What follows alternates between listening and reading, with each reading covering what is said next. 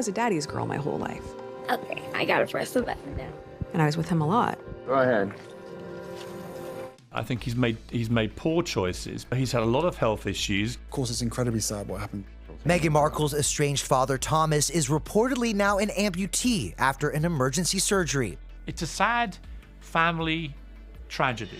You know your family drama has reached absolutely legendary status when it takes a near-death experience to get a phone call. Welcome to the latest chapter in the Markle family saga, where Meghan, the Duchess of Sussex herself, has reportedly finally reached out to her father Thomas Markle after he suffered a serious health scare that had everyone wondering if this would be the moment that bridge finally got rebuilt. And folks, if you thought the royal family had drama, the Markles have been giving them a proper run for their money, complete with paparazzi scandals, tell-all interviews, and now a potential reconciliation that's got more twists than a pretzel factory. Quick favor, if you're loving this, hit that subscribe button and smash the notification bell to keep getting the latest.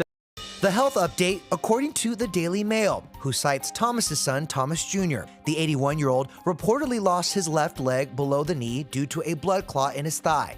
The 3-hour operation took place on Wednesday after his foot turned black.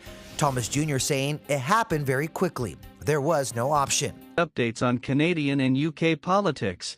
Cheers if you did. Now back to the show. So let's rewind this absolute soap opera, shall we? Thomas Markle, the former Hollywood lighting director turned most famous estranged father in the world, has been publicly airing his grievances about Meghan for years now. We're talking interviews, documentaries, staged paparazzi photos that backfired spectacularly right before the royal wedding, the works. The man's been more visible in tabloids than some actual celebrities, and the whole time, Meghan's maintained radio silence.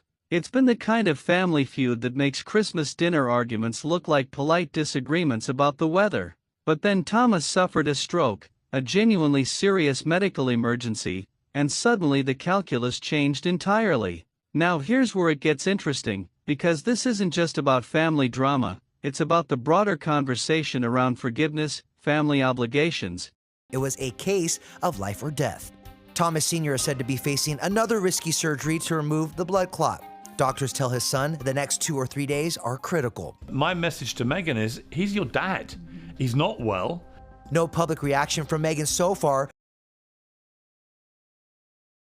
And whether proximity to death changes everything. Thomas Markle is 79 years old, recovering from a stroke that could have easily been fatal, and according to reports, Meghan finally picked up the phone. The woman who's been painted as everything from a social climber to a royal revolutionary, depending on which tabloid you're reading, apparently decided that maybe, just maybe, it was time to check in on her father before it was too late. And honestly, regardless of where you stand on the Meghan debate, that's got to be an emotionally complicated phone call. But let's talk about the elephant in the room, or rather, the palace in the conversation. Meghan's relationship with her father imploded spectacularly in the run-up to her wedding to Prince Harry. Thomas staged those paparazzi photos, took payment for them, lied about it, then couldn't attend the wedding due to heart surgery. It was a disaster of epic proportions that played out on the world stage, with Bill. But yeah, her dad has faced health issues for years, including a massive stroke in 2022, which impacted his ability to speak. There's no cure for a stroke. You learn to manage it. When I take my time and sound out words, it gets much. Millions watching this family drama unfold in real time. Since then, Thomas has been giving interviews to anyone with a microphone and a tabloid budget, sharing private letters, making claims about Meghan and Harry, basically doing everything possible to stay in the headlines whilst simultaneously complaining that his daughter won't speak to him. It's been the definition of having your cake and eating it too, except the cake is made of media attention and family dysfunction. And speaking of dysfunction, the parallels to the broader royal family drama are absolutely wild. Here's Meghan, who left the UK partly because of toxic media coverage and family tension, dealing with remarkably similar issues in her own family. It's like escaping one dysfunctional situation only to realize your own family's been writing the playbook the whole time. The irony is thicker than British fog, and you can bet the tabloids are having an absolute field day connecting all these dots. Every family gathering Meghan skips, every interview Thomas gives, every statement from palace sources, it all feeds into this narrative machine that's been running at full speed for years. But here's the thing that's genuinely worth considering: health scares change perspectives. When someone nearly dies, Better.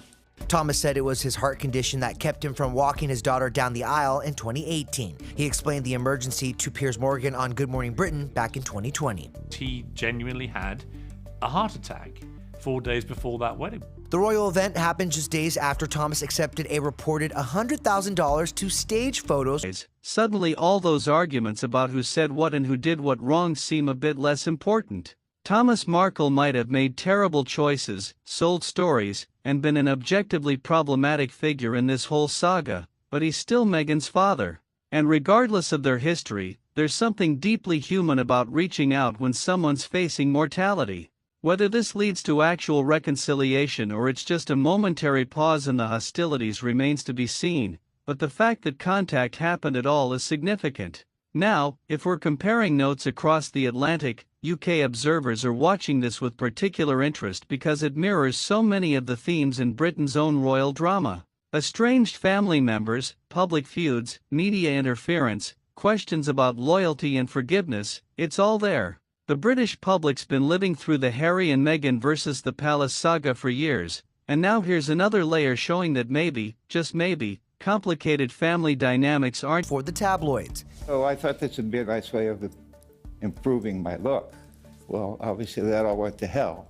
I was told by sources close to Meghan that she was utterly heartbroken. Did it feel like betrayal when you found out your father was working with the tabloids?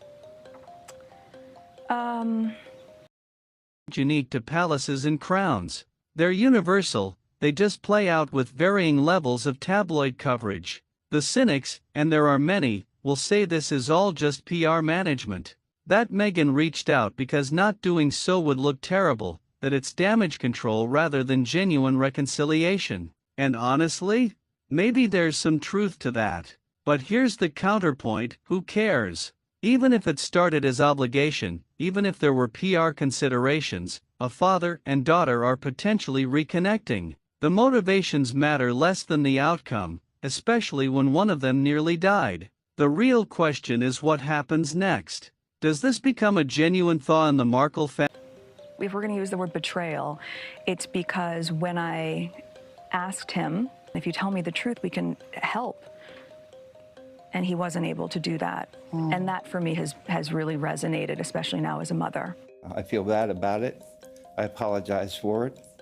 And that's all I can do. Meghan's Family Cold War? Or is it a temporary ceasefire before everyone goes back to their respective corners and continues the media battle? Thomas Markle's track record suggests he'll probably give another interview within weeks, sharing details about the conversation, and Meghan will return to her careful public silence. It's a pattern that's repeated itself so many times it's practically choreographed. But maybe, just maybe, almost losing your life puts things in perspective. Maybe Thomas realizes that tabloid payments aren't worth losing your daughter.